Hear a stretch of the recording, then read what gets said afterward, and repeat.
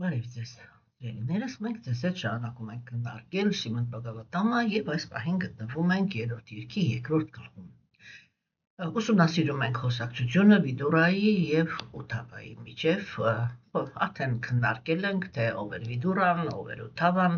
եւ հիմա այս պահին Ութավան պատասխանում է Վիդուրայի հարցերին։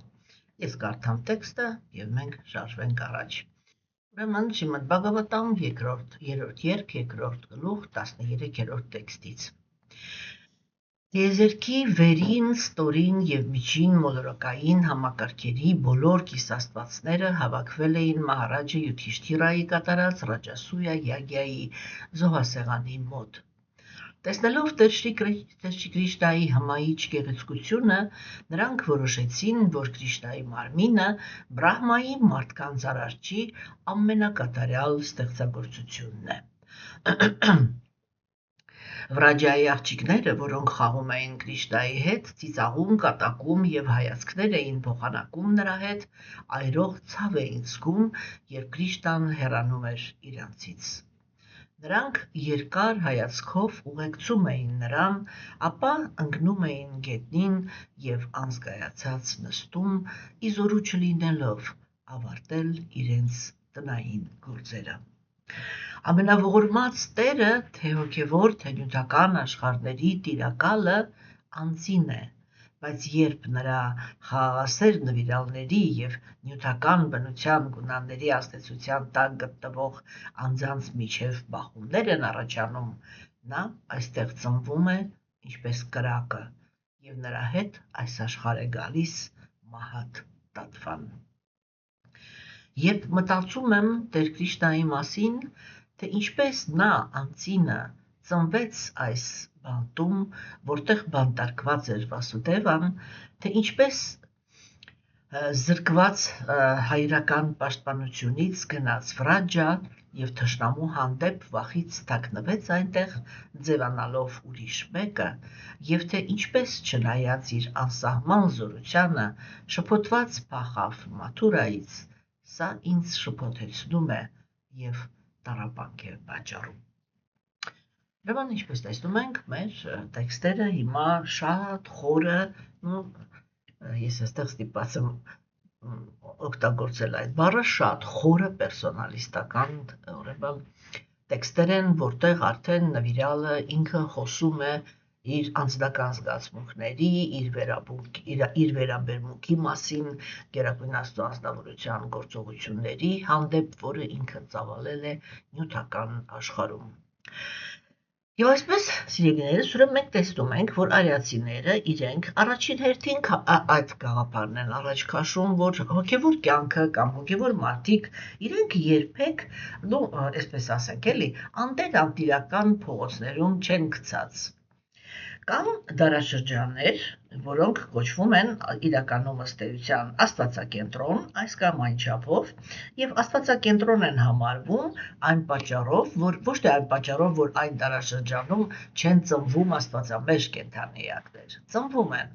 բայց տարբերությունը կայանում է նրանում, որ կա նաեւ իրական կրոնական պետություն։ Իսկ շատ հաճախ հենց կայսրություն, այսինքն պետությունների հավաքածու։ Եվ երբ որ կա հոգևոր կայսրություն, այդ դարաշրջանները կոչվում են աստվածակենտրոն։ Իսկ երբ որ չկա կայսրություն, նույնիսկ պետություն չկա, նույնիսկ քաղաք չկա, կներեք, նույնիսկ գյուղ չկա իրական հոգևորի շուրջ, չէ՞։ Ուրեմն այդ դարաշրջանները իրենք կոչվում են աստվածամերժ դարաշրջաններ։ Եվ ուրեմն, սիրելիներս, չէ, աստվածակենտրոն դարաշրջաններում Գերագույն Աստծո անձնավորությունը ինքը գալիս է միշտ։ Մենք հիմա ձեզ հետ կտեսնենք, թե ինչպիսի հաճախականությամբ է ընդհանրապես Գերագույն Աստծո անձնավորությունը արտահայտվում այս կամ այն մարմնավորումներով, արիական քաղաքակրթության մեջ։ Այսինքն ես միշտ ասում եմ, որ արիացիների համար կրոնականությունը դա հավատի խնդիր չէր։ Իրենք ընդհանրապես հավատ բառը չեն օգտագործում։ Ինչու՞։ Որովհետև իրենց համար կրոնականությունը դա հավատի խնդիր չէր։ Իրենք շփվում էին Աստծո հետ։ Հասկանում եք։ Եվ այս կամ այն կերպ Աստծուն գոնե մի անգամ տեսնում էր ամեն մի արյացի։ Եվ իր համար այդպիսի խնդիր չկար, որ ինքը այսպես հորիներ, մտածեր, հավատար, եսի միջաներ։ Այդպիսի գործընթացներ գոյություն չունեին, իսկ դա բազմիցս ասել եմ, չէ՞։ Հավատացյալ բառը, այսինքն երբ որ ազնվորությունը ինքը օբյեկտը չի տեսել, բայց հավատում է, որ կա, որովհետև ինչ-որ մեկը ասել է, որ կա, հասկանում եք։ Այդպիսի պրոցես տեղի ունի միայն աստվածամերժության դարաշրջանում, եւ մենք բացատրել ենք տրամաբանությունը։ Գերագույն Աստծո անձնավորությունը ինքը ասում է. Աստվածամերժության դարաշրջանը ես ստեղծում եմ հատուկ այն կենդանիակների համար, ովքեր որ չեն ուզում իմ պաշտպանությունը։ Իրականում իրենք ուզում են անկեղծ գործեն, կներեք, բան այսպես ազատ գործեն, հա, եւ եթե նույնիսկ, ասենք, իմ կարիքը ունեն, ապա միայն որպես ծառայի, որը կատարում է իրենց ցանկությունները, եւ վերջ։ Եվ իմ զորությունը ընդունում են մենակ այն պատճառով, որ քաջ գիտակցում են, որ միայն ես եմ որ կարող եմ պարտադրել իրենց ցանկության կատարումը։ Այսինքն ընդունում են ինձ որպես իրենց ցանկությունները բավարարելու ընթացքում բռնության ինստրումենտ։ Հասկանում եք։ Եվ ինքը ասում է այդ դարաշրջանը, որը ես հատուկ այդ բոլոր աստվածամերժերին հավաքում եմ, բոլոր դարաշրջաններից, որպեսզի բերեմ, որ իրանք էլ իրենց ժամանակը ունենան։ Ես պարզագույն օրինակ եմ բերում, չէ՞, ասենք, ովքեր են գալիս աստվածամերժության դարաշրջան։ Այն ինքը ծնվել է կրոնական դարաշրջանում, կրոնական տարածքում։ Հա, գալիս է մի օր, ասենք, ինչ-որ մեկի տունը հյուր, օրինակ, այս պարզագույն օրինակներ, հասկանում եք, գալիս է ինչ-որ մեկի տուն հյուր, եւ հանկարծակի նկատում է, որ այդ տան տիրոջ կինը չքնաղ գեղեցկուհի է, եւ տրփանք է զգում նրա հանդեպ։ Հիմա, աստվածակենտրոն դարաշրջանում, ինքը ոչ թե դավաճան, ինքը կողքով չի կարող անցնի, ոչ մի օտարի կնոջ կողքով անգամ չի կարող անցնի, որովհետև այնտեղ նիստուկաց այնպիսին է, որ օտար տղամարդիկ ոչ մի կերպ, ոչ մի մոտեցում չունեն ուրիշի կանանց։ Հասկանում եք, չէ՞։ Հիմա տեսեք, այդ տրփանքը մտավ այդ ազնվորության մեջ, ինքը ինչ է անում։ Կոպտացնեմ մի քիչ, հա, ինքը իրա մեջ, այդ ցանկության մեջ, չէ, ինքը անիծում է բոլոր կրոնական սկզբունքները, որոնք իրան հիմա հնարավորություն չեն տալի, որպեսզի ինքը ազատ իրականացնի իր ցանկությունը հասնել այդ կնոջը։ Ինչ է անում գերագույն ազնվորությունը։ Ինքը թույլ չի տա, չէ, որ ամեն մի, ասենք, տրփանքով լիքը բարդ ինքը պղծի առաքինի ազնվորությունների երջանկությունը, կամ նրանց մաքրությունը, կամ նրանց առաքինությունը։ Իհարկե թույլ չի տա։ Հասկանում եք, նրա բան ինքը ասում է կներես, եթե քեզ պետք է իրավունք, որպեսզի դու կարողանաս ուրիշի կանանց, որ ուրիշի կանայք քո համար լինեն մատչելի, ապա կամ ասենք եւ հակառակը կարող է լինել, որ կինը ասենք ինքը այսպես իր համար տանը նստած է, մեկ էլ հանկարծ մի օր իր ամուսինը իր տուն է բերում մի տղամարդու, որը այդ կինը հենց տեսավ ու սիրահարվեց։ Հա, հիմա ինքը իր համար այդ իր խելոք առաքինի ամուսինը ինչ է դառնում։ Ամենաատելի բանը, չէ, օբյեկտը, որովհետև իր պատճառով ինքը չի կարող իրականացնի իր տրփանքը։ Հա, այդ կանայք եւ այդպիսի տղամարդիկ իրանք գալիս են եւ ծնվում են աստվածամերժության դարաշրջանում, որտեղ ինքը դարաշրջանը այնպիսին է, որ զգայական վայելքի համար բոլորը, այ ամենաարատավոր վայելքների համար բոլորը հասանելի են։ Հասկանում եք։ Սա է այս դարաշրջանը։ Աստծո տեսանկյունից սա արատավոր կենդանիակների դարաշրջան է, որոնք իրանք ընդհանրապես շահագրգռված չեն մաքրության մեջ։ Հասկանում եք։ Եվ եթե նույնիսկ ընդունում են կրոնը ընդունում են ոչ թե նրա համար, որ իրենց հոգին մաքրագործեն, այլ որպեսզի Աստծուն շահագործեն, եթե ինքը կա։ Նույնպես էլի նավսյակի։ Բա եթե կա, ինչի՞ չօգտագործենք։ Հասկանում եք, եւ ուրիշ ոչինչ։ Եվ դրա համար գերագույն Աստծո անձնավորությունը ինքը նախորդ ասում է, այս դարաշրջան ես չեմ գալու։ Ինչու՞ համար չեմ գալու, որովհետեւ չկան այն անձնավորությունները, որոնց ես պիտի պաշտպանեմ, հովանավորեմ, օգնեմ, որպեսզի իրանք իրական հոգևոր զարգացում ապրեն։ Այստեղ ոչ մեկ իրական հոգևոր զարգացում չի ուզում։ Բոլորն ուզում են ուղղակի իրանց նյութական խնդիրների լուծումները։ Հա, եւ եթե ինչ-որ գոնե մի փոճուրիկ ինչ-որ մի հատ նշույլ առաքինություն լինի, ես իրանց ցանկությունները կկատարեմ։ Եթե իրենք արատավոր տեսանկյունից են ցանկություններ փորձում իրականացնել, ես իրանց ցանկությունները չեմ կատարելու։ Բա ով է կատարելու։ Սատանան։ Իրանց ամենագլխավոր աստվածը։ Հասկանում եք, որտեվ արատավոր անձնավորությունը, չէ, արատավոր ազնվորության աստվածությունը դա սատանան է, հասկանում եք, եւ սատանան ինքը մեծ հաճույքով այդպիսի գործերին աջակցում է։ Եվ այո, եթե տղամարդը ինքը գնում է եկեղեցի եւ մոմ է վառում կամ չգիտեմ, մեջը կապ չունի, ինչ որ մի կրոնական վայրում դիմում է Աստծուն, որպեսզի օրինակ ուրիշի կնոջը հասնի, եթե ինքը դա կարողանում է անել, դա Աստծո հետ ոչ մի կապ չունի, այսա պիտի հասկանանք։ Սա սատանան լսեց աղոթքը, ասա ինքը, գիտեք ոնց էլի, ամեն մի աղոթք ինքը իր տերն ունի, այսինքն ունի այն ազնվորությունը, որը այդ աղոթքի էությունը իրականացնողն է, եւ ինքը աղոթողը կարող է նույնիսկ չգիտակցի, թե ինքը հիմա իրականում ում է դիմում, որովհետև դա բացառված է, որ գերագույն Աստծո ազնվորությունը ինքը հովանավորի անբարոյականությանը, կամ որպեսզի գերագույն Աստծո ազնվորությունը ինքը հովանավորի, չգիտեմ, խաբեությանը, խորամանկությանը, սրիկայությանը, հասկանում եք, եւ որ մարդը ինքը կարող է հազարավոր մարդկանց ճակատագրերի վրայով հազարավոր հանցագործություններ գործի, որպեսզի օրինակ դառնա առաջնորդ, օրինակ։ Հետո ասի իմ Աստված ես աղոթեցի, իմ այդտեղ Աստված ոչ մի կապ չունի, այդպիսի ազնվորությունների Աստվածը սատանան է, վերջ։ Իրական կիսաստվածները եւ գերագույն Աստծո ազնվորությունը իրենք ռեակցիա են տալիս միայն առաքինի ազնվորությունների խաղոթքներին։ Այստեղ ամեն ինչը այդտեղ վերջանում է, չէ՞։ Եվ հիմա տեսեք, ասենք, եւ գերագույն Աստծո ազնվորությունը ինքը սովորաբար աստվածամերժության դարաշրջան չի գալիս, մենք սա շատ ենք քննարկել։ Հիմա եւ ինչպես արդեն դուք տեղյակ եք, 72 աստվածամերժության դարաշրջանը 1 գերագույն Աստծո ազնվորությունը ինքը գալիս է։ Հիմա տեսեք, ոչ թե որպես արդարության սկզբունք, որտեղ երբ որ ինքը գալիս է աստվածակենտրոն դարաշրջաններ, ինքը միշտ գալիս է որպես արդարության սկզբունք, այսինքն ով ինչ ճիք կատարել է, այդ արդյունքին էլ հասնում է, եւ վերջ։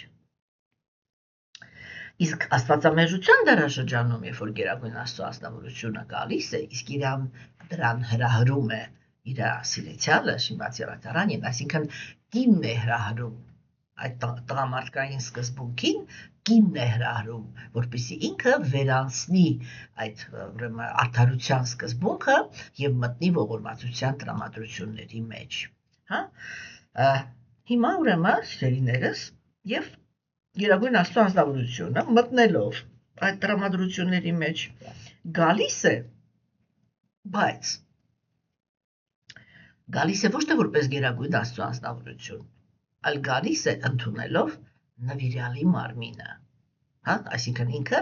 խաղում է Աստծո ծառայի դերը, լինելով Աստված։ Իհարկե, իրեն դա այդքան էլ չի հաջողվում, որտեվ նրա մաքուր նվիրյալները իրանք անմիջապես իրան ճանաչում են եւ ասում են դու փորձում ես հիմա ձևացնես, որ դու մեզանից մեկն ես, բայց մենք շատ լավ հասկանում ենք, թե դու ով ես, հա։ Բայց դա ուրիշ խոսակցություն է։ Եվ ինքը այդ ողորմածության տրամադրությունների մեջ գալիս է աստվածամերժության դարաշրջանը։ Եվ դա լինում է Տեր Ճայտանյան։ Հիմա տեսեք, հիմա երբ որ մենք դες այդ քննարկում ենք, հիմա Ութավան ինքը խոսում է Կրիշնայի մասին։ Այս պարագայում դեռ որ խոսակցությունը գնում է արդարության սկզբունքի մասին։ Հասկանում եք։ Ուրեմն խոսակցությունը գնում է արդարության սկզբունքի մասին եւ գերագույն Աստծո ազնվորությունը, երբ որ ինքը այստեղ ներկա էր, ինքը ցույց տվեց, թե ինքը ինչպես է վերաբերվում կեղծ կրոնականությանը, որտեղ իրականում այն քաղաքացիական պատերազմը, որի տեղի ունեցավ,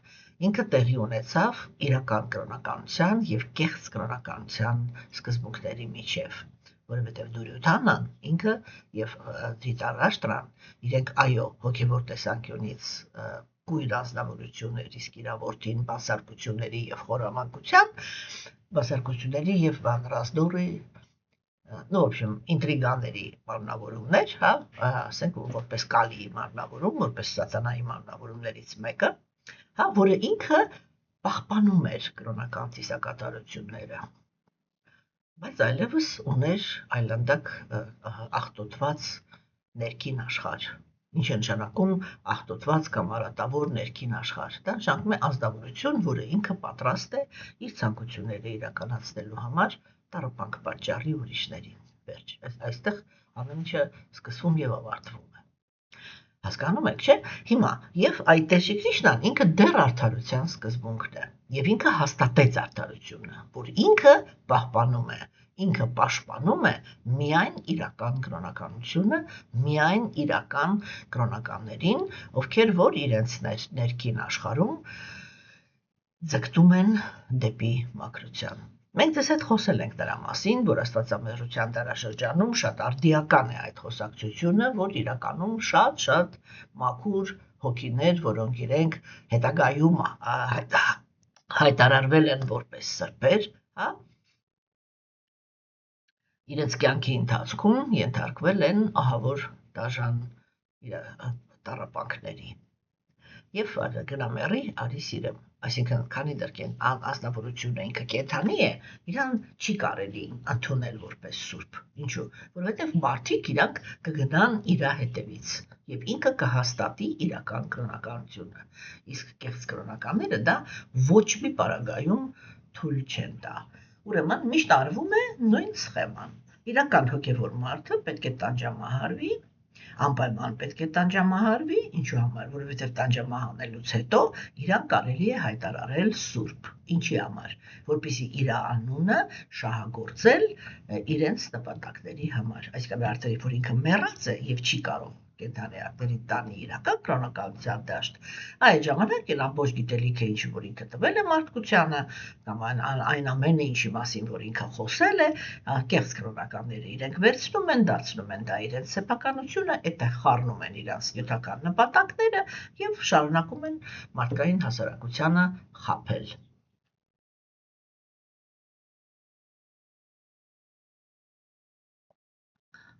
Այդ գերագույն Աստծո ազնվորությունը ինքը ցույց տվեց, որ այս սրան ես միշտ դեմ եմ լինելու։ Միշտ այդպիսի վարքյան չի կարող լինի, որ ես այդպիսի երևույթին աջակցեմ։ Հասկանում եք։ Մարդիկ իրենք խափնվում են։ Սովորական մարդը ինքը չի կարող դա գնահատի։ Սովորական մարդը ինքը խափնվում է։ Ինչով։ Արտաքին տեսքով։ Կա եկեղեցի, կա տաճար, կա մեջլիս, չգիտեմ, կա պատ, ամեն մեկը ինչ-որ իր մի բանը, չէ՞, որտեղ այս ազնվորությունները իրանք Աստծո մասին են խոսում, Աստծո գիտելիքն են տարածում, այս են անում, իսկ տակից ինչ էլ արվում, դա ոչ մեկ, ոչ մի սովորական մարդ դրա մասին ոչ մի պատկերացում չի կարող ունենալ։ Հասկանում եք, սիրելիներս։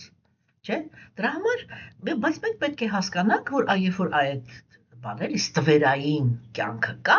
հոգևոր մարդու կյանքի մեջ, չէ, դա ինքնըստինքյան նշանակում է, որ մենք գործ ունենք կեղծ կրոնականության հետ։ Հիմա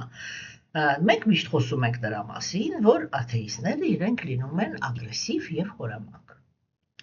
Ագրեսիվ աթեիստների գործողությունը հեշտ է եւ հասկանալ եւ գնահատել, որովհետեւ իրենք բացահայտ ագրեսիվ են։ Այ կար սուրբը, իրանք եկան, սուրբին վերցրեցին, տանջամահարեցին, վերջ, չէ՞։ Եվ ամեն մի խելացի մարդ ինքը կարող է հասկանալ, որ այս սա, ով որ ձեռ բացացրեց սրբի վրա, ինքը ստոր արատավոր արարած է։ Չէ՞։ Բայց կան խորամանկ աթեիստներ, որոնք հատկապես մեր դարաշրջանում, երբ որ այնպիսի արվեստներ կան, ինչպիսին է NLP-ն է, ինչպիսին է ոչ ֆորմալ հիպնոզն է, ինչպիսին հարյուրավոր ձևեր կան հիմա, հասկանում եք, որպեսզի այսպես էլի մի վայրկյանում ընդհանրապես մարդուն հնարավոր լինի ներկայացնել որպես սատանա, ինչ սուրբ ուզում է ինքը լինի։ Եվ այստեղ ես միշտ ասում եմ, իմ աշակերտներին էլ եմ ասում, այստեղ մարդու ձեռքերը կախվում են, որովհետև դու հասկանում ես, որ всё, ձև չմնաց, ձև չի մնացել, որով կարելի է հաստատել ճշմարտությունը։ Եվ ես անկեղծ ասում եմ, ես այդպիսի երևույթների հետ չգիտեմ ինչ անեմ, դրա համար էլ ձեզ չեմ կարող ոչ մի խորհուրդ տալ։ Այստեղ ես ինձ համար գտել եմ, որ վերջնականում, ասենք, միակ պաշտպանությունը, որ կենդանիակը ունի, դա իր անկեղծությունն է։ Անկեղծ հոգուն Գերագույն Աստծո անձնավորությունը է, որ ասում է երբեք գետնին չի թողնի, միշտ կբացացնի։ Անկախ նրանից, թե դիմացիները իրենք կհասկանան, թե չեն հասկանա, թե ում հետ գործ ունեին։ Հասկանում եք, որտեղ իրականում մաքուր դույրալի համար միևնույնն է։ Եթե մենք լուրջ խոսենք, իր համար միևնույնն է, թե իր մասին աշխարհը ինչ է մտածում։ Իր համար կարևոր է, թե ինչ է մտածում իր մասին Աստված։ Հասկանում եք, եւ թե մաքուր նվիրալի անունը կցեխոտեն, թե կմաքրեն, կշահագործեն, թե կընդունեն, թե ինչ կանեն, դա արդեն նյութական աշխարհում ապրող կենդանիակների խնդիրն է։ Հասկանում եք, դա մաքուր նվիրալի խնդիրը չի։ Եվ այո, իր համար, որովհետև ինքը անմիջական շփման մեջ է գտնվում Գերագույն Աստծո անձնավորության հետ, իր համար միակ կարծիքը, որը ինչ որ էական նշանակություն ունի, ոչ թե ինչ որ այլ կոնկրետ էական նշանակություն ունի, դա Գերագույն Աստծո անձնավորությունն է։ Հիմա, սիրելիներս, չէ, եւ տեսեք, ասենք, մենք հիմա շարունակում ենք եւ Ութավան ինքը ինչ որ շատ հետաքրքիր տեքստեր ասեց, եթե մենք նկատեցինք, չէ։ Հիմա առաջին տեքստը։ Ուրեմն տիեզերքի վերին, ստորին եւ միջին մոլորակային համակարգերի բոլոր կիսաստվածները հավաքվել էին Մահարաջա Յուդհիշթիրայի կատարած Ռաջասուրյա յագյայի զոհասեղանի մոտ։ Եթե հիշում եք, առաջին երկում մենք քննարկել ենք այս Ռաջասուրյա յագյան, հա, ուրեմն ինչու համար Ռաջատը թագավոր էր, թագավորական, ուրեմն բանը ինչի համար է նախատեսված այս Ռաջասուրյա յագյան, մենք այն ժամանակ քննարկեցինք, ուղղակի վստահ եմ, որ հիմա չեք հիշում, մի թեթև հիշեցնեմ։ Ռաջասուրյա յագյան, այսինքն զոհագործությունը, դա այն զոհագործությունն էր, որը կատարում էր այն արքան, ում բրահմանները առաջ էին քաշում որպես կայսրության կայսր։ Այսինքն, հոգևոր տարածքը, հոգևոր պետությունները, իրենք այնքան ավելի զորեղ են, ինչքան իրար հետ են։ Մենք հիմա կարողանում ենք հասկանալ, թե որտեղից են, հիմնականում նույն մարդիկ, ասենք, թե որտեղից է վերցված բանը, սովետական միության գաղափարը։ Եվ հետո, ասենք, կլոնավորեցին այդ սովետական միության գաղափարը, մի անգամ սոցիալիզմով, մի անգամ կապիտալիզմով ստացան սովետական միություն, Եվրոսայուզ, բայց այդ երկու բաները, որ պետությունները իրանք միանում են իրար եւ դրան դառնում են կայսրություն, դա իրականում իրականացնում էին հենց արիացիները։ Ընդ որում այստեղ շատ կարևոր է, որ իրանք ոչ թե ստրկացնում էին, հասկանում եք, այլ դա այսպես կամավոր առաքինության հետևից գնացող պետությունների միացություն էր։ Հիմա, եթե ինչ-որ մի օրգանիզմ կա, որտեղ միանում են, չէ, այդտեղ պիտի անպայման լինի առաջնորդը։ Եվ այդ առաջնորդը ինքը իրանով երբեք չէր կարող ոչ մեկ իրան առաջադրել որպես առաջնորդ։ Դա կապիտալիստական դեմոկրատիայի սկզբունքն է, որտեղ մարդը ինքը պիտի կարողանա ինքը իրան առաջ քաշի։ Հասկանում եք, չէ՞։ Օրինակ ասենք, երբ որ մենք ամուսնուս հետ դեռ ինչ-որ մի կերպ շփվում էինք գիտակցության անդամների հետ, եւ այն ժամանակ, երբ որ ես նոր էի եկել դեռ եւ ասենք չունեի դեռ հոգեվոր հասունություն եւ պարզ է, որ իմ համար իմ ամուսնու հոգեվոր մակարդակը դա այսպես է, ինչ-որ ֆանտաստիկ մի բան էր, ու երբ որ ես խոսում էի, ասենք, իմ հոգեվոր ուսուցիչը ինքը սովորաբար ինչքան որ գալիս էր Հայաստան, ինձ միշտ ասում էր, Արջի ամեն ինչ թող գնա Մոսկվա։ Քո համար ճիշտ տեղը այնտեղ է, դու այդտեղ շատ մեծ դաշտ կունենաս քարոզելու, եսի ինչ բան դու, ասենք, բաների, այսպես կարող ես լինել շատ ազդեցիկ նվիրյալ։ Արի գնա Մոսկվա։ Ես իրան ամեն անգամ հարցնում էի, ասում էի, իսկ ամուսինս, այն ժամանակ ինքը իմ ամուսինը չէր, ասում էի, իսկ Սաշան ինքը գալու է, ինքը ասում էր, ոչ, դու պետք է հասկանաս, որ ես իր հոգևոր ուսուցիչը չեմ, ես իրան չեմ կարող բանանեմ, էլի, խորհուրդ տամ, որպեսզի ինքը գնա Ռուսաստան։ Հատկապես, որ ես ինքս, ասենք, իրան մի քիչ այլ կերպ եմ գնահատում, քան դա դու ես անում, հա։ Ու պես մոռացա, թե ինչի համար այս օրինակը սկսեցի։ Սա պատմեմ բան կլինի, վերականգնվի։ Եվ ուրեմն տեսեք, ասենք, չէ, ես այդ ժամանակ իրան ասում էի, դե եթե ինքը չի գնալու, ուրեմն ես էլ չեմ գնալու։ Որովհետև ես իմ հոգևոր աճը կապում եմ այդ ազնվորության հետ, ես պիտի միշտ հնարավորություն ունենամ լսել իր դասախոսությունները։ Ինքը Սաշան այդ ժամանակ ասում էր, որ դու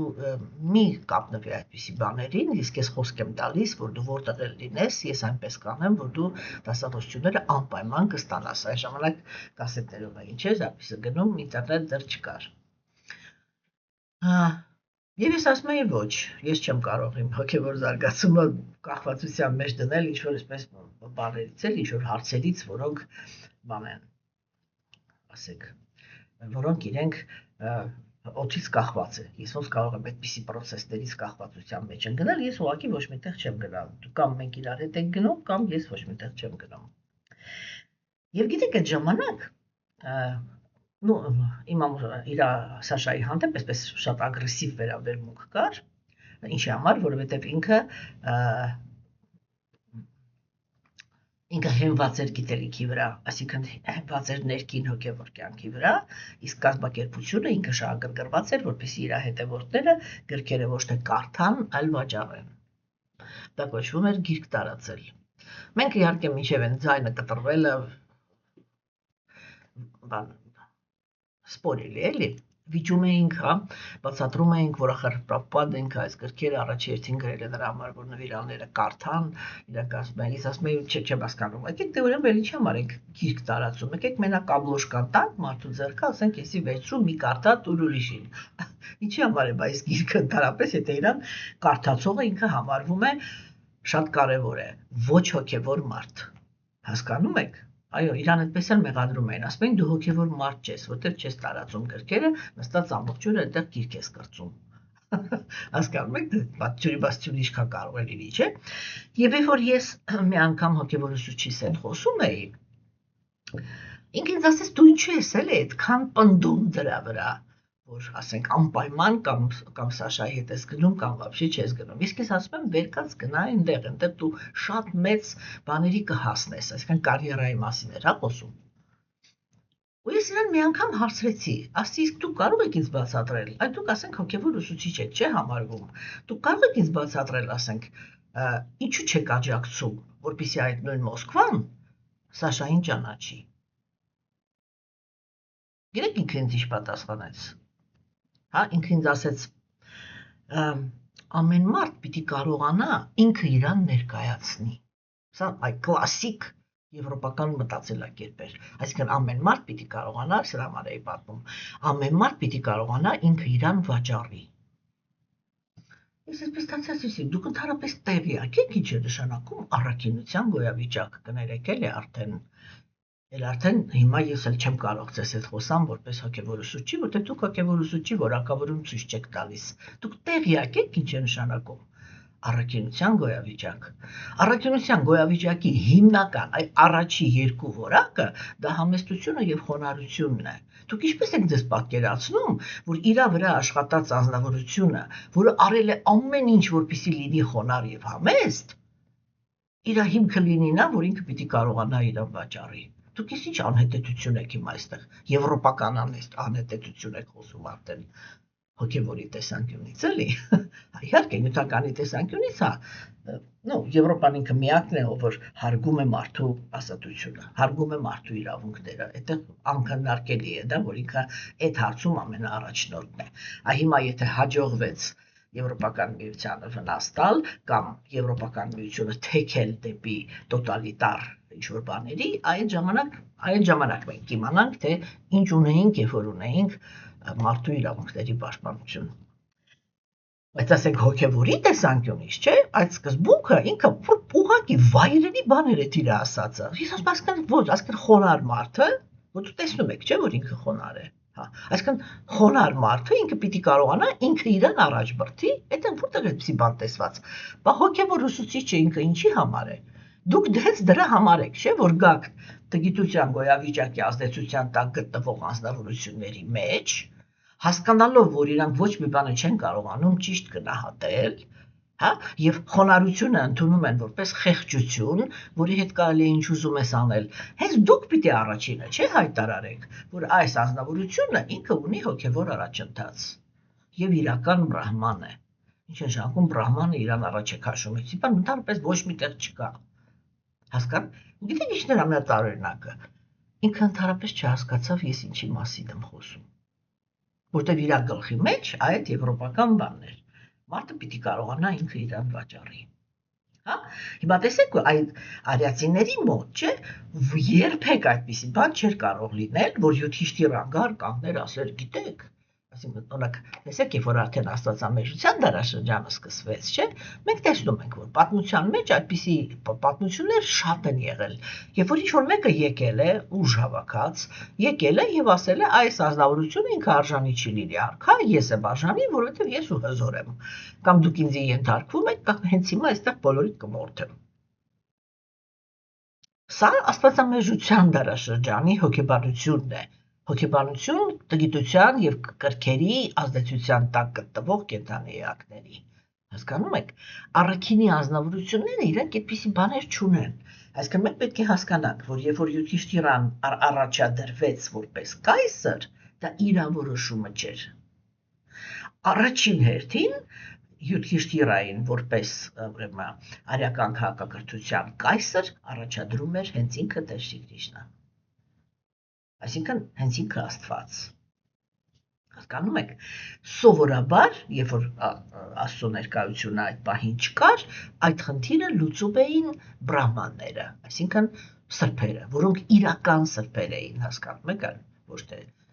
կասկածելի։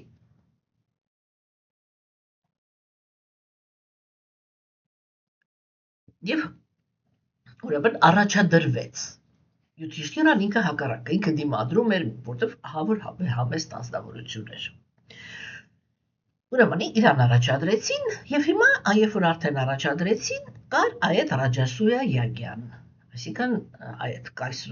կայսրի հավակնության զոհագործությունը։ Ինչ էր արվում։ Դա ձի պիտի զոհագործվեր վերջում, հա,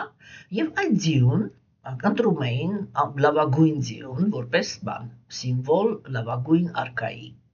հա, այդ ձիուն ազատ բաց էին թողնում։ Այդ ձին ինքը սկսում էր իր համար որտեղ ուզում էր այնտեղ ման էր գալիս, մի տարի շարունակ։ Այդ մի տարվա ընթացքում ինքը մտնում էր տարբեր պետություններ։ Շքախումբ էր ուրեմն բանանում, սպրավաժդալ։ Անու հասկացաք, էլի, ձիու հետ շքախումբ էր գնում, որպես պաշտպան։ Եվ երբ որ ինքը մտնում էր միտեղ, այդ պետության արքան ինքը հասկանում էր, որ սա ուրեմն կայսրության համար նախատեսված ազնվորության ներկայացուցիչն է, որտեղ եթե արքան ընդունում էր,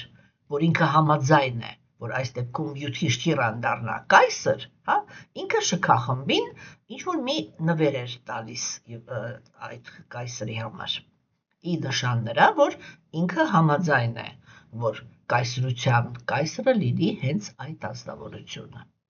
Հիմա տեսեք, երբ որ այդ ամեն ինչ, այդ նույն ծիսակատարությունը կատարեն տգիտության եւ կրքերի գոյավիճակի ազդեցության տակ գտնվող ազնվորությունները, չէ, իրենք դա անպայման կվերածեն մի հատ այլանդակության։ Ամեն մեկը այդտեղ կմտնի իր ցանկությամբ, որ կայսրը դառնա հենց ինքը, հա, կսկսվեն բանսարկություններ, կսկսվեն ինչ-որ պայմանավորվածություններ, ամեն մեկը կասի ես համաձայն եմ, եթե ինչ-որ մի հատ իր շահը առաջ կքաշի, ու այդ ամեն ինչը կդառնա այն զզվելի բանը, ինչ-որ կա մեր ներկա կյանքում։ Հասկանում եք, չէ՞։ Հիմա, տեսեք, իսկ առաքինությունը երբ որ կա, այլ պիտի հասկանանք, էլի, որ դա առաքինի արքաների պետություններ էին, եւ խոսքը գնում էր միայն, թե ով պետք է լինի առաջնորդը։ Հիմա այդ առաքինի արքաները Այն առաքինի անձնավորությունը դա այն անձնավորությունն է հիմա, որը այո, համեստ է եւ խոնար։ Ինչ է նշանակում համեստ եւ խոնար։ Համեստ նշանակում է, որ անձնավորությունը ինքը միշտ ի վիճակի է ընդունել նրան, ով իրենից բարձր է։ Անկախ նրանից, ինչ մարմին ունի, ով է, սև է թե սպիտակ է, դեղին է թե կարմիր է, կին է թե տղամարդ է, անկախ ամեն ինչից, խոնար անձնավորությունը, համեստ կներեք, համեստ անձնավորությունը, ինքը դա այն անձնավորությունն է, որը միշտ ի վիճակի է ընդունել դիմացինի առավելությունը։ Եվ այդ ժամանակ, երբ որ դա արիացիներն են անում, հասկանում եք,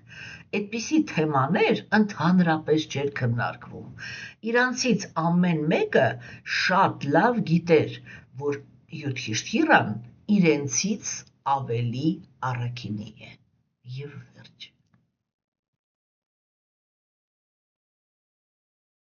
Հասկանում եք, սիրելիներս, չէ՞։ Եվ հիմա ուրեմն մեծ հաճույքով իրենք բոլորը հերթով տալիս էին իրենց համաձայնությունը։ Եվ երբ որ ձին ինքը վերադառնում էր այդ արքայի պետություն, այսինքն Յուդհիշթիրայի մոտ, հա, Յուդհիշթիրան ինքը նայում էր, թե որ արքաներն են, որ ընծաներ են ուղարկել։ Հասկանում եք։ Եվ եթե դրանք բացարձակ մեծամասնություն էին, եւ կային ինչ-որ արքաներ, որոնք իրենք ասենք հանկարծավ համաձայն չէին, հա, այդ ժամանակ տեղի էր ունենում այդ խոսակցությունը, որ կամ դու, որտեղ մեծամասնությունը համաձայն են, ամենակարևորը համաձայն են սրբերը, հա, եւ եթե դու սրբերի կարծիքը չես ընդհանրապես ընդունում, որտեղ դա ռեալ սրբեր էին, այլ ոչ թե հոգևոր կարիերիստներ, հա, եթե դու սրբերի կարծիքը չես ընդունում, ուրեմն դու ինքդ պետության համար արժանի առաքինի թագավոր չես։ Այդ դա հիմա ցակալի տակ դրվի, թե դու ընդհանրապես ոնց ես հայտնվել արքայի դիրքում։ Հասկանում եք, եթե քո առաքինությունը ինքը չի հերիքում, որպեսզի դու ընդունես, որ գործ ունես քեզանից ավելի առաքինի անձնավորության հետ։ Այնտեղ կարող էր կոնֆլիկտային ինչ-որ իրավիճակ ստեղծվեր։ Հասկանում եք, չէ՞։ Եվ հիմա այն Յուդհիշթիրային առաջադրեցին որպես կայսր, այդ ձին ուղարկեցին, չէ՞։ Եվ հետո բոլորը եկան, երբ որ արդեն ձին վերադարձավ, հիմա պիտի կատարվի զոհագործությունը։ Եվ բոլորը, ինչպես էստեղ նշվեց, եւ ներքևի մոլորակներից, եւ տեսեք, արիացիները իրանք միշտ խոսում են լոկա, այսինքն մոլորակ բառն են օգտագործում, ժամանակակից գիտնականները իրանք այդ լոկաների տակ ասում են պետք է հասկանալ պետություն, այսինքն եւ դեմոնական պետություններից, եւ արիացիներից ավելի բարձր հասարակությունից բոլորը եկել էին այդ զոհագործությանը։ Այստեղ, ու ամեն մի ազգ հետո ասում է մենք էինք արիացիներից ավելի բարձր։ Իրականում արիացիները իրենք նկատի ունեն հենց մոլորակները, հա։ Այստեղ խոսվեց այդ ցածր եւ բարձր մոլորակների կիսաստվածների մասին, ինչը նշանակում ցածր մոլորակի կիսաստված։ Դա օրինակ հենց ինքը Յամարաջն է, օրինակ Վիդուրան էլի։ Հասկանում եք, հա։ Հենց ինքը Յամարաջը ինքը ցածր մոլորակների կիսաստված է, որովհետեւ հովանավորում է պատիժները, հա, կենդանեակների եւ բոլոր այդ պատիժները իրականացնող մոլորակները գտնվում են իր ղեկավարության տակ, որպեսզի հասկանաք, թե ինչի մասին է խոսքը, հա։ Եվ հիմա տեսեք, ինչ ասեց Ութավան, չէ՞։ Նա տեսեք հիմա, եթե մարդը ինքը անտեղյակ է, չէ, իրանք կասի կիսաստվածները ասեցին, որ Կրիշնան ինքը սովորական մարդ է, այսքան խոսում եմ, որ դա քննարկենք, էլի, հա, իրանք ասեցին, որ Կրիշնան ինքը սովորական մարդ է, որ Կրիշնային արարել է Բրահման, որ ինքը երկրորդական արարիչն է, հա, հեսա կմանրամասնենք, եւ ինքը ընդամենը մարդկանցից ամենագեղեցիկն է։ Ու վсё։ Հա, այսինքն տեսեք, բայց տեղյակ մարդը ինքը ճիշտ կշիռ է տալիս կիսաստված խոսքին։ Հասկանում, որտեղ կիսաստվածը դա դեռ սուրբը չի։ դա դեռ տրանսցենդենտալը չի, դա մի անձնավորություն է, որը ինքը առաքինության գոյավիճակի մեջ հաստատված, առաքինության հաշվին ինչ-որ մի դիրքի նյութական աշխարհում հասած կենդանի էակ է։ Հիմա, որն է իրականությունը, այսինքն ինչպես կարող են տեսնել կիսաստվածները։ Հասկանում եք, այսպիսի տեքստերի վրայով չի կարելի էլի այսպես մակերեսային անցնել, որովհետև դու պետք է խորանաս, որովհետև եթե դու չխորացար, դու կանես այն եզրակացությունը, ինչ որ ես նոր ասեցի, որ ուղղակի Տեր Կրիշնան ինքը մոլորակի ամենագեղեցիկ մարդն էր, եւ վերջ, ով իրան տեսնում էր, իր գեղեցկությանը ոչ մեկ չէր դիմանում, բոլորը ուշաթափվում էին։ Ու հավատացեք, որ ինքը այդպես գեղեցիկ չէր էլի, ինչքան որ հիմա գեղեցիկ են համարվում աստղերը։ Հասկանում եք։ Այնտեղ նույնիսկ տղամարդիկ էին ուշաթափվում իր գեղեցկությունից, կոպիտ ասած, եւ հիմա կիսաստվածները դրանք բոլորը տղամարդիկ էին։ Հիմա տեսեք, սիրելիներ, չէ՞։ Ուրեմն ինչի մասին է այստեղ խոսքը։ Առաջի հերթին, որպեսզի մենք հասկանանք այս գնահատականը, մենք պետք է հասկանանք, թե ովքեր են կիսաստվածները ընդհանրապես եւ ինչ են կարող իրանք գնահատել։ Կիսաստվածները, դա ես արդեն ասեցի, դա անձնավորություններ են, որոնք իրենք գտնվում են մաքուր տեսակի այդ առաքինության գոյավիճակի այդ սկզբնական փուլում։ Որն է առաքինության գոյավիճակի սկզբնական փուլը։ Հոգեբանորեն դա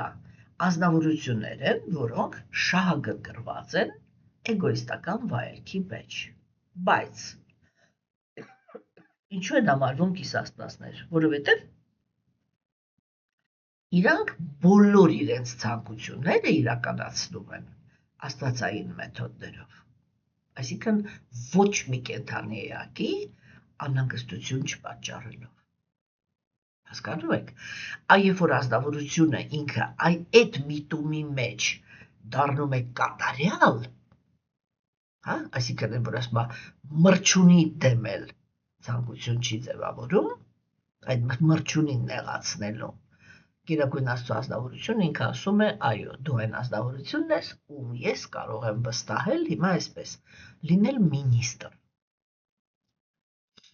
նյութական աշխարհի պետականության մեջ։ Ես դե պատկերավոր ասենք, որ հասկացվի ինչի մասին ենք խոսում։ Հասկանում եք, չէ՞ սիրելիներս։ Եվ տեսեք, ասենք, այդ տեսանկյունից, չէ, հիմա, ուրեմն, կիսաստվածները իրենք առաքինի են եւ շատ ուժեղ են հաստատված մեթոդի մեջ, այն մեթոդի մակրության մեջ, թե ինչպես հասնելու վայելքի, իրանք նյութական վայելքի, իրենք շատ խիստ հաստատված են։ Բայց միևնույնն է, իրանք շահագրգռված են նյութական վայելքի մեջ։ Գիտեք, օրինակ ասենք, ես երբ որ առաջի անգամ կարդում էի զոհագործության մասին եւ ասենք, երբ որ նկարագրվեց, որ այ կիսաստվածները նստեցին, արեցին զոհագործություն եւ Արարիչը եկավ այդ զոհագործության, կիսաստվածները ներկայացրեցին ինչ են ուզում, ուրեմն Արարիչը ինքը ասեց եղավ, ինչ որ ուզում եք կստանաք եւ թողեց գնաց։ Ես այսպես ապշած նստել էի, ոչ հասկացա, այսինքն ոնց թե։ Այսինքն այբա դուք պատկերացրեք, որ դուք ինչ-որ մի հատ տեսակատարության եք մասնակցում, որտեղ ինքը Արարիչը եկավ նստեց։ Դուք պատկերացնում եք ինքը ինչ ազնվորություն է ընդհանրապես։ Եվ այո, եւ գեղեցկության, եւ հզորության տեսանկյունից։ Ու ես ուզում էի պատկերացնեի, թե այդ կիսաստվածների հոգեբանությունը ինչպիսին է, որ իրանք կարողանում են Աստված գա, իրանք Աստծուն ներկայացնեն իրենց նյութական վայելքների խնդիրը, Աստված այդ խնդիրը լուծի, եւ իրանք կարողանան Աստծուն բաց թողնեն։ Ասեն դե լավ, այլ դու մեր ցանկությունը կատարեցիր, հիմա կարող ես կոպիտ ասած կարող ես գնաս։ Ես այդպես զարմացած նստած էի, ասում եմ, ո՞ւս կարող այդպես լինի, որ դու Աստծուն տեսնես ու կարողանաս իրան բաց թողնես։ Բայց կիսաստվածների հոգեբանությունը ինքը հենց դա է, Մենք պիտի հասկանանք կիս Աստված ով է, էլի, այդ Աստված բառը որ հնչում է, մենք կարծում ենք եսի միշտ չէ, իրանք առաքինության մեջ հաստատված, այդ է, առաքինությանը դա շակում է մեթոդի, վայելքի հասնելու մեթոդի մեջ հաստատված են։ Հասկանում եք, եւ դրա համար Գերագույն Աստծո ազնվորությունը ինքը իրենց վստահում է նյութական աշխարհում տարբեր սֆերաների ղեկավարներ լինել, այ որտեղ որ իրանք շատ են հաստատված, այդ ուղղությամբ էլ կիս Աստված են ծնվում։ Հասկանում եք։ Եվ հիմա, այո, կիս Աստվածները իրենք նյութական աշխարհից դուրս ոչինչ չեն տեսնում։ Սա ամենակարևոր բանն է, որ մենք պետք է հասկանանք։ Իրանք նյութական աշխարհից դուրս ոչինչ չեն տեսնում։ Հա?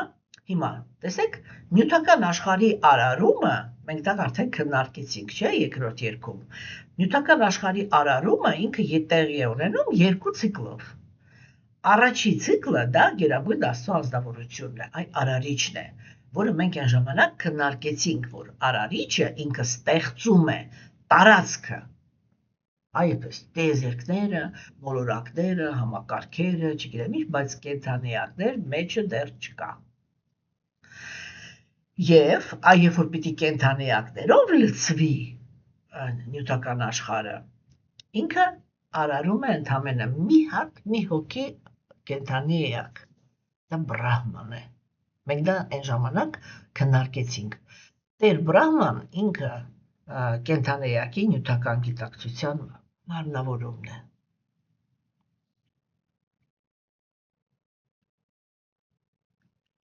Եվ դա ունի շատ կարևոր սիմվոլ, որտեղ Գերագույն Աստծո ազնվորությունը ինքը ցույց է տալիս, որ ես նյութական աշխարհում արարում եմ հնարավորությունը ձեր համար։ Այսա ձեր տարածքն է։ Դուք ինչ-որ մի հատ ձեր ճանապարհն եք ընտրել էգոիզմի հիմքի վրա։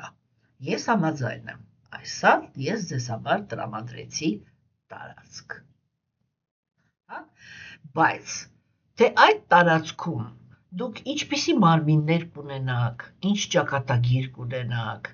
ասենք, ում կհանդիպեք, ում չեք հանդիպի, ինչպես կդասավորվի ձեր ամեն ինչը, կախված է ձեր արժեքային համակարգից։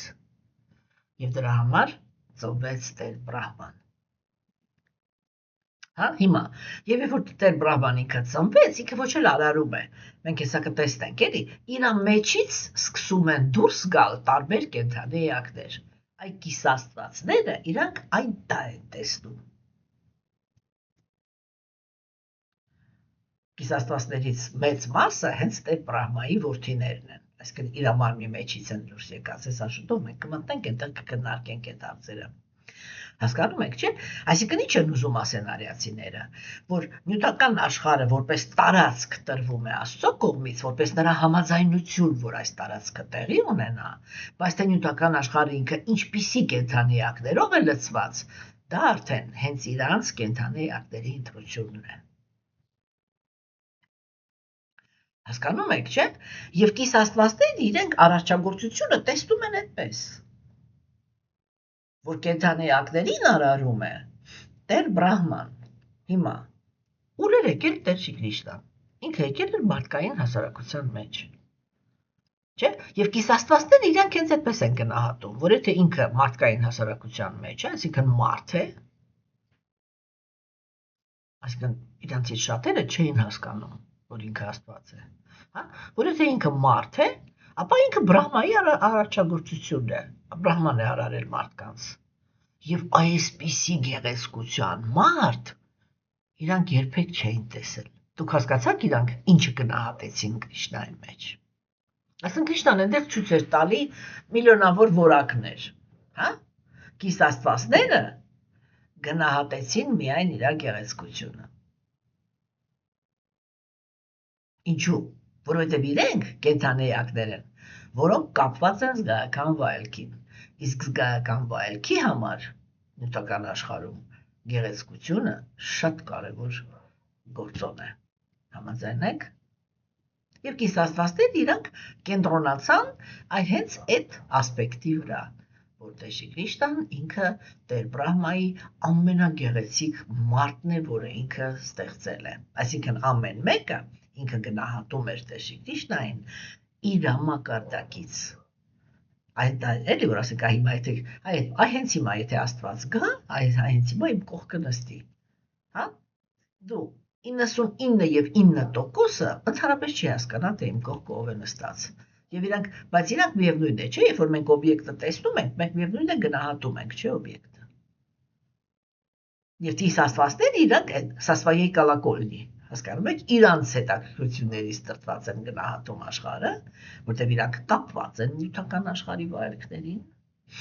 հասկանում եք։ Եվ դա է պատճառը, որ մեր մոլորակի վրա բոլոր դիցաբանությունները իրանք խոսում են նրա մասին, որ այ որ կիսաստվածների հետ ակտիվ կապեր կար, կիսաստվածները իրենք կարող էին աշխարհիկ կանանցից երեխաներ ունենալ։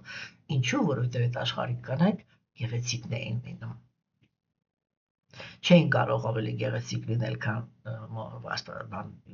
բարձր մոլորակներում ապրող կանայք, բայց մեկ է, այդ ինչ մի հատ գեղեցկություն լինում, իրանք կարող էին գայթակղվեին, ոչ մի խնդիր չկար, կարող էին գայթակղվեին, այս ամենակարևորն է, ինչու, որտեղ իրանք կապված են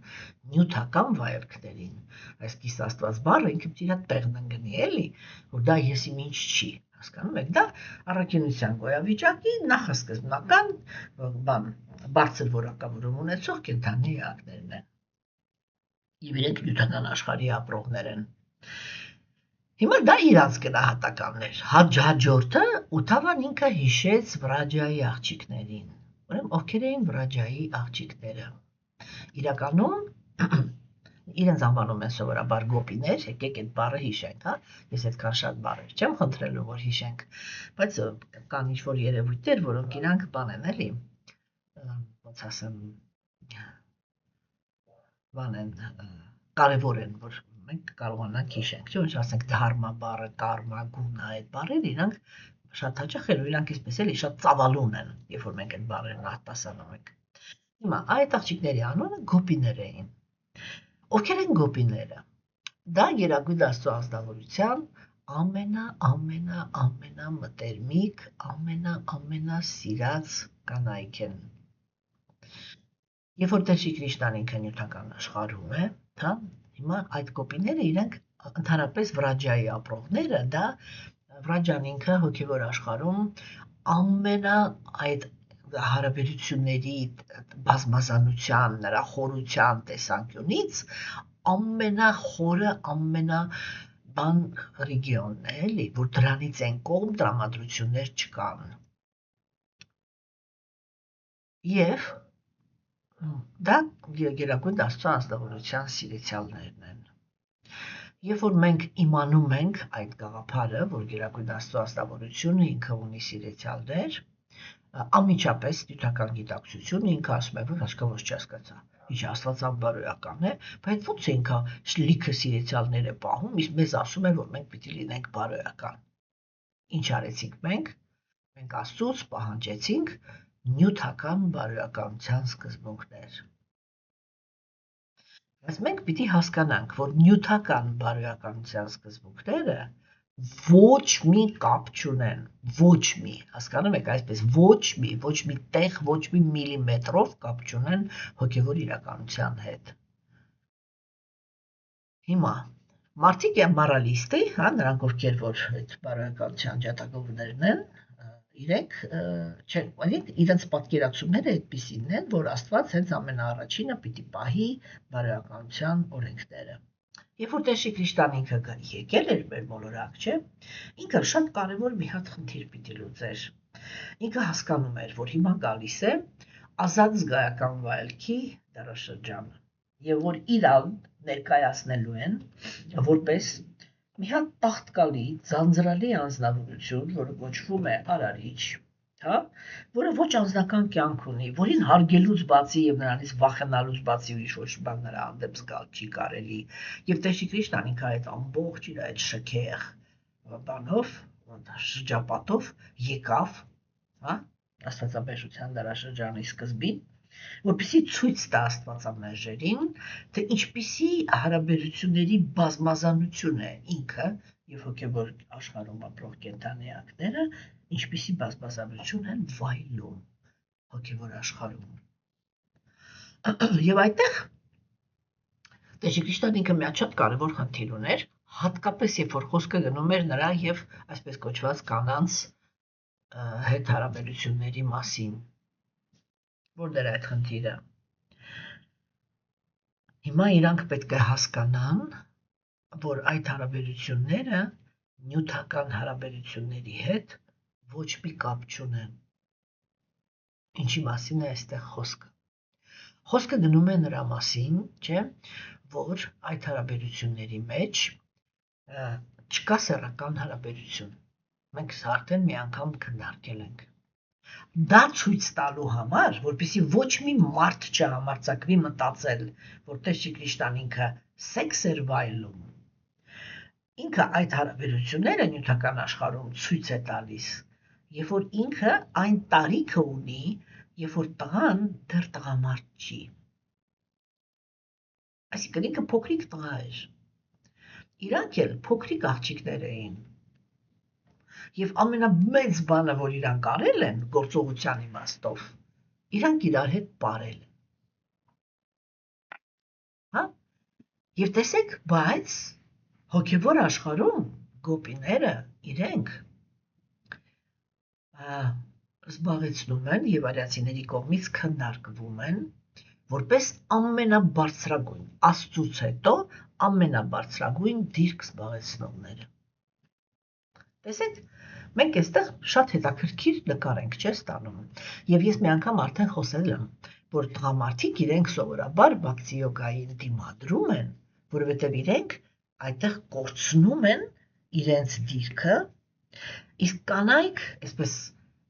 հարյուրներով գալիս են, հազարներով գալիս են բակցի մեջ, որտեղ այնտեղ վերջապես արժևորվում է կինը։ Ես իհարկե ոչ կանացի, ոչ տղամարդկային շովինիզմով չեմ տառապում, եւ այստեղ պետք է ուղղակի խորքային հասկանալ, թե ինչի մասին է խոսքը։ Մենք այստեղ պիտի վերադառնանք իմաստին։ Տղամարդը ինքը բանականության սկզբունքն է։ Տղամարդը ինքը հասկացողությունն է։ Եվ հասկացողության հիմքի վրա իրենից սպասվում է, հատկապես նյութական աշխարհում, իրենից սպասվում է արդարություն։ Եթե տղամարդը ինքը տարբեր տեսակի բարդություններ ունի եւ չի կարողանում լինել արդար,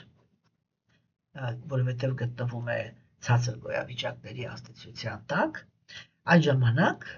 տղամարդը ինքը հասարակության համար դառնում է խնդրեմ։ Որովհետև դա են այն անձնավորությունները, ովքեր որ հասարակությունը տանում են դեպի աղքատություն, հասարակության մեջ ստեղծում են տարբեր շերտեր, որտեղ շատ անձնավորություններ իրենք ծայրահեղ աղքատ են, մնացածները ծայրահեղ հարուստ են, որտեղ տիրում է անարդարությունը, որտեղ օրենքները մենակ խեղճերի համար են, նրանք ովքեր որ այսպես կոչված բալովնի սուջբի, հա, ճակատագրի բաներն են էլի, այսպես որ ճակատագիրը իրենց հանդեպ բարեհամբույր է, նրանք իրենք շրջանցում են բոլոր օրենքները եւ այդ օրենքները ընդհանրապես իրենց չեն վերաբերվում, օրենքի մասին այնտեղ հիշում են մենակ այն ժամանակ, երբ որ ինչ-որ մեկին պետք է կործանել, հա, եւ այլն, այսինքն այլանդակ բան է ստացվում, երբ որ տղամարդը ինքը գտնվում է, այդ դա այն տղամարդիկ են, որոնք պատերազմներ են հրահրում, չէ՞, օրինակ ասենք հիմա ինչ-որ մի պահ ամեն ինչը այնպես էր սրվե, չէ, որ այդ սրությունը ինքը տանում էր դրան, որ Ռուսաստանը ինքը ամեն վարքյան հայտարարում էր, որ ես ամեն վարքյան պատրաստ եմ միջուկային զենք օգտագործել, միջուկային պատերազմ սկսել, մենք չենք պատկերացնում աշխարհը առանց Ռուսաստանի, եւ եթե հանկարծ մենք վարի ենք գնում, բոլորիդ վարի ենք տալու, չէ, եւ ինքը այնպես սրեց ամեն ինչը, որ գերպետությունները իրանք բոլորն ասեցին, մենք պատրաստ ենք պատերազմի։ Եվ Թուրքիան, եւ Չինաստանը, եւ Միացյալ Նահանգները, հա, այդտեղ միայն Եվրոխորհուրդներ փորձում պայմանավորվածությունների ճանապարհով։ Եվ երբ որ տեսան, որ պայմանավորվածությունները չեն աշխատում, ոչ մի կերպ չի ստացվում Ռուսաստանին բերել այդ դաշտ, որպեսզի պայմանավորվածություններ անեն, ու առաջերտին դա Ուկրաինայի հարցն է, որ տարածքը ուղղակի գրավվել է, չէ։ Եվ այդտեղ ինչ արեցին ամերիկացիները կամ ամերիկացիների տերերը, ինչ արեցին, իրանք դեմոկրատներին ասին մի հատ էս կողմ եկեք, հա, ուրեմն կոպիտ ասած շատ կներեք արտահայտությանս համար, այս գժին մի հատ նենց գիժ ա պետք, որ իրանից ավելի գիժ ա, ու վсё։ Հա, ու հայտնվեց պարոն Տրամպը, որը ինքը շատ վճռական, այսպես քայլեր անող է, եւ եթե ասենք Ռուսաստանը այդ պահին ասում է ես կպատերազմեմ, ինքն ասում է խնդրեմ, դավայ ես առաջինը կսկսեմ։ Всё, բրծանք խոսակցությունը։ Հա, ну дерзость против дерзости, էլի։ Եվ իվա ինչ որ մի կերպ ոնց որ այդ ալիքը ինքը սկսել է կամաց այսպես հանգչել, չէ՞։ Ուզում էին դա անեին Ուկրաինայի հաշվին, Ուկրաինայի նախագահը փորձում է դիմադրել, Աստված իրան թող հաջողություն տա, որ ինքը կարողանա իր երկիրը փրկել։ Հասկանում եք, չէ՞, սիրելիներ, չէ՞, այսինքն այդպիսի տղամարդիկ իրանք այդպիսի իրավիճակներ են ստեղծում։ Բայց իրականում, այսպես վերջնական աստվածային նպատակով տղամարդը ինքը պետք է լինի, եթե ինքը առաքինի է, ինքը պետք է լինի արդարության սկզբունք։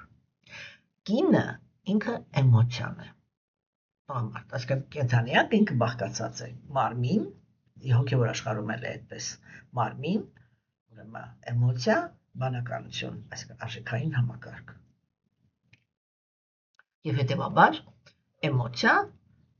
ողորմածություն, այսինքն բարիություն, կինը պետք է աշխարհ մտցնի բարիություն, եւ երբ որ տղամարդիկ իրենք կանանց ազատություն տալով դարձնում են իրանց տղամարդ, որտեղ իրականում հիմա կինը ազատ է, համարվում է, երբ որ ինքը имеет доступ, մոտեցում ունի տղամարդու գործողությանը, հա? Սկսվում է դա նրանից, որ կինը հագնվում է որպես տղամարդ, այսինքն շալվարով է ման գալիս, տղամարդու կոստյումներ է հագնում եւ այլն, չէ՞։ Եվ ասենք հիմա ընդհանրապես արդեն մոդան ինքը այնպեսին է, որ շատ հաճախ հետևից նայում ես, չես կարող տարբերես սա տղամարդ է քայլում, թե կին, չէ՞։ Ուրեմն ասենք եւ կնոջը բան են անում, էլի ներգրավում են տղամարդու գործողությունների մեջ, այսինքն կինը պիտի տղամարդու պես աշխատի, պիտի կարողանա ինքը իրան պահի, պիտի կարողանա պայքարի, չգիտեմ, են, հա, եւ դա ինքը իրականում այդ այերը, որ կնոջը թույլ տվեցին, որ ինքը մտնի տղամարդու դաշտ եւ բան, եւ սա համարվեց ազատություն։ Ինչ եղավ այդտեղ։ Կինը հոգեբանությամբ սկսեց դառնալ տղամարդ, ինչը վերացավ աշխարհում բարիությունը։ Որտեղ եք դուք հիմա տեսել կանանց, որոնք իրենք բարիություն են քարոզում, ընդհանրապես բարիության մասին խոսք է գնում։ Դա կամ չկայացած կանայք են, որոնք վրեժխնդիր են ուզում լինել իրենց չկայացած կյանքի, տառապանքի, ցավի, չգիտեմ, անհաջողությունների համար, կամ արդեն տղամարդիկ են, որոնք իրենք տղամարդկանց հետ հավասար գործնական հարաբերությունների մեջ են գտնվում եւ անպայման չորանում են։ Հասկանում եք։ Հիմա, բայց իդեալը դա հոգևոր աշխարհն է։ Եվ հիմա տեսեք, հիմա այսպես է։ Նյութական աշխարհում ամենաբարձր դիրքը գրավում են տղամարդիկ, որովհետեւ նյութական աշխարհից դուրս գալու համար կենթանիակին պետք է, որ ինքը ճիշտ գնահատի այս աշխարհը։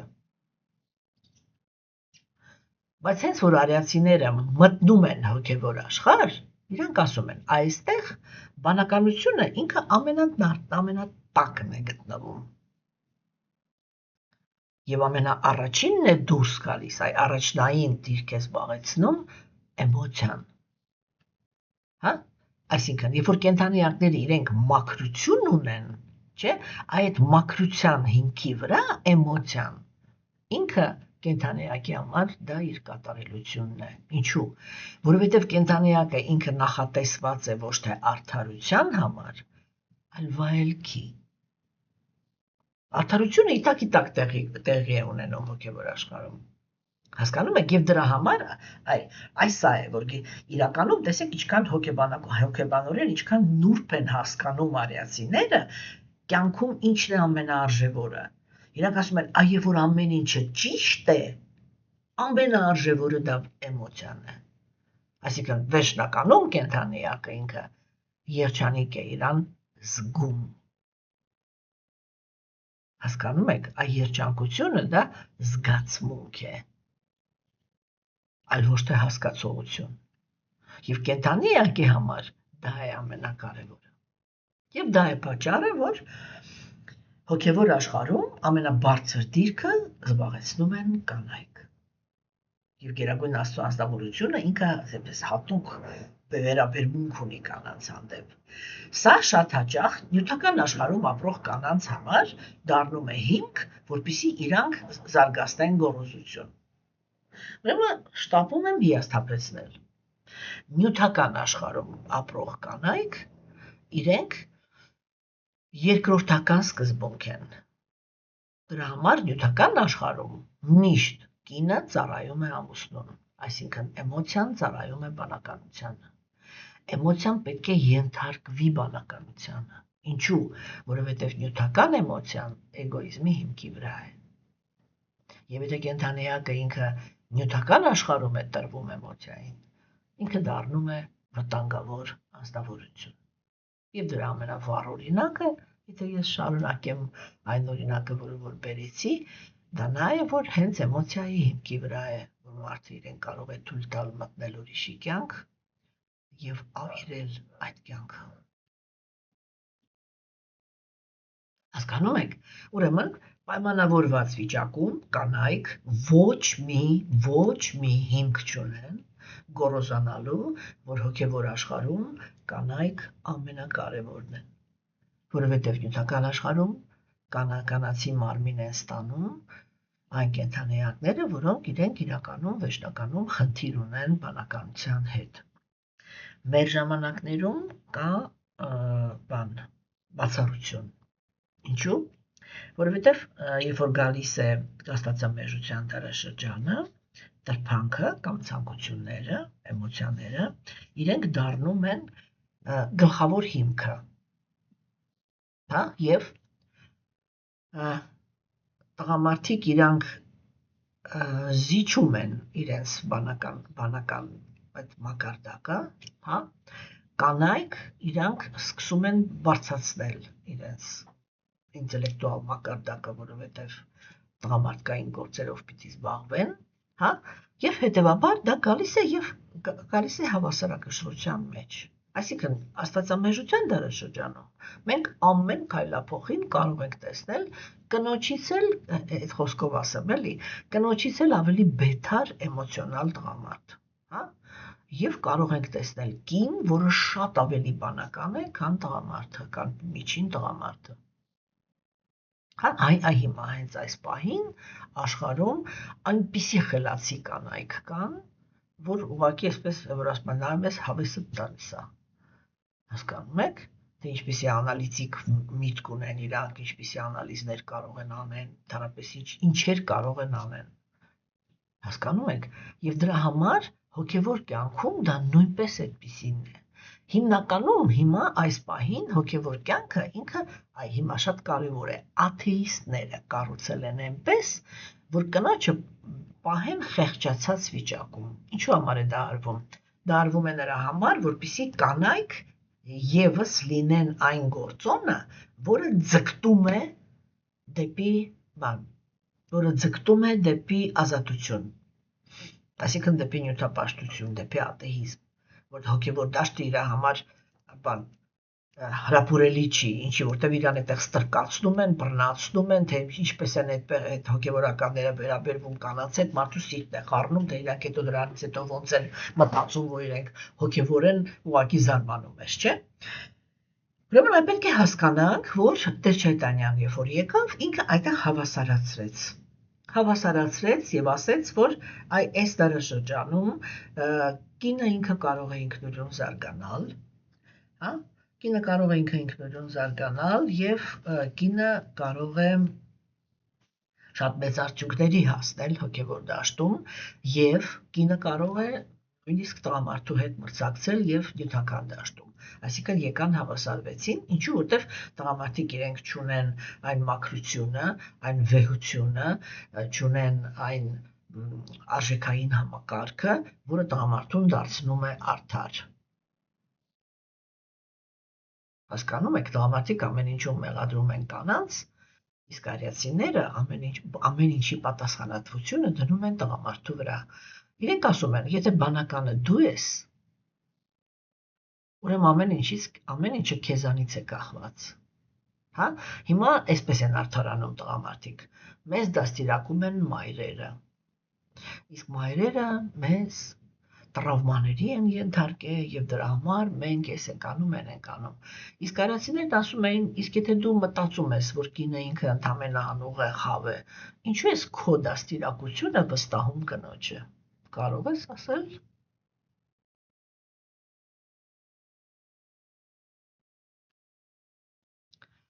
Հասկանում եք, սա շատ կարևոր կետեր են, էլի։ Ուղղակի ասենք մարդիկ իրանք ես միշտ ասել եմ, ամենագեղեցիկ, այն ամենահրաշալի գաղափարախոսությունները, եթե դրա կատարողները գտնվում են տգիտության եւ կրքի գոյավիճակի մեջ, ոչ մի գեղեցիկ բան այդտեղ չի կարող ստացվի։ Ուզում է դա լինի դեմոկրատիա, ուզում է դա լինի մատերիալիզմ, կոմունիզմ, ինչ ուզում է լինի, եթե կատարողը ինքը իր որակով ցածր է, ոչ մի գեղեցկություն չի կարող տեղի ունենալ։ Ոչ մի առաքինի բան չի կարող տեղի ունենալ։ Առաքինի բան, այսինքն այդ, որ ծառայում է երջանկությանը, կարող են արարել միայն առաքինի մարդիկ։ Սա էր իմ կռիվը։ Հասկանում եք։ Բայց մարդիկ ասեցին, մենք ավելի շատ գերադասում ենք լինել տգիտության եւ կրքերի մեջ, քո առաքինությամբ մեզ հանգիստ թող, ես հանգիստ եմ թողել։ Եվ այսպես ուրեմն սիրելիներս, այստեղ, երբ որ Թավան ինքը հիշեց գոբիներին, այսա այդ անձնավորություններն են, որոնց հետ գերագույն սա իր սիրեցյալներն են։ Երբ որ ինքը գալիս է նյութական աշխարհ, սա է ինքը դարկում, չէ։ Երբ որ ինքը գալիս է նյութական աշխարհ, ինքը այդ հարաբերությունները իրականացնում է, որպեսզի ցույց տա նյութապաշտներին, թե ինքը ինչքան բազմազան հարաբերություններ ունի կենդանի էակների հետ, անպայման ցույց է տալիս, որ այ ամենագողտրիկ հարաբերությունները դա այդ կանանց հետ են, բայց անում է դա այն տարիքում, երբ որ ոչ մեկ չի կարող ասել, որ այդտեղ կար սեքս, այսինքն կար արատավոր գործողություններ։ Հասկանում եք։ Եվ հիմա Թավան ինքը նկարագրում է այդ նվիրյալների հոգեբանությունը։ Այստեղ խոսքը գնաց նրա մասին, որ ինչ-որ մի պահից, երբ որ Տեր Շիկրիշնան ինքը մեծացավ, իրան ակրուրան եկավ տարավ, որպեսզի Տեր Շիկրիշնան ինքը արդեն սկսի կատարել այն ամենակարևոր գործը, որի համար ինքը գալիս է սովորաբար, ոչնչացնել ագրեսիվ դեմոններին եւ պաշտպանել կրոնականությունը։ Այ որ ինքը դրա համար գնաց, գոբիները իրենք շատ ահավոր ծանր տարան այդ ուրեմն բաժանումը եւ այն դա է, հիմնականը դա է, որ իրանց մեջից ոնց որ կյանքը հեռացավ։ Հիմա ամեն մի նյութական կին, որը երբևիցե սիրահարված է եղել որևիցե մի տղամարդու, հետո կորցրել է իրան, ինքը կմտածի, այո, ես այնքան լավ եմ հասկանում այդ գոբիներին։ Ուրեմն դա այդպես չի, սիրելիներս, դուք չեք հասկանում գոբիներին, որովհետև այդ զգացմունքները իրանք նյութական չեն, իրանց զգացմունքները դա նյութական զգացմունքներ չեն, իրենք արտաքինից կարող է հիշեցնեն մեզ եւ մենք կարող է, այսպես էլի, բան ման գանք, էլի, մտերմություն ման գանք, ընդհանուր բան ման գանք նրա մեջ, թե գոբիները ինչ էին զգում, այստեղ գեղեցիկ բան ասես, չէ, որ իրենք հայացքով ճանապարհում էին Տեր Շիկրիշնային, մինչև որ Տեր Շիկրիշնան ինքը ուղղակի չքվեց, ուղղակի էլ չկար, հորիզոնը անցավ, հա, եւ այդ հայացքը պահելը։ Եվ այո, իհարկե, նյութական աշխարհում նույնպես լինում են այդպիսի զգացմունքներ, բայց այդ զգացմունքները իրանք էգոիստական են։ Թե դրա տարբերությունը որն է, դա շատ հետագայի խոսակցություններ են, շատ բարձր թեմաներ են իրականում, բայց ես հաջորդ անգամ կփորձեմ մի թեթև իմաստի մեջ մտնեմ, որպեսզի մենք կարողանանք հասկանանք, թե իմաստի տեսանկյունից այդ պահին այդտեղ ինչ էր կատարվում։ Եվ այսօր այսքանը, սիրելիներս, ստեսություն ձեզ։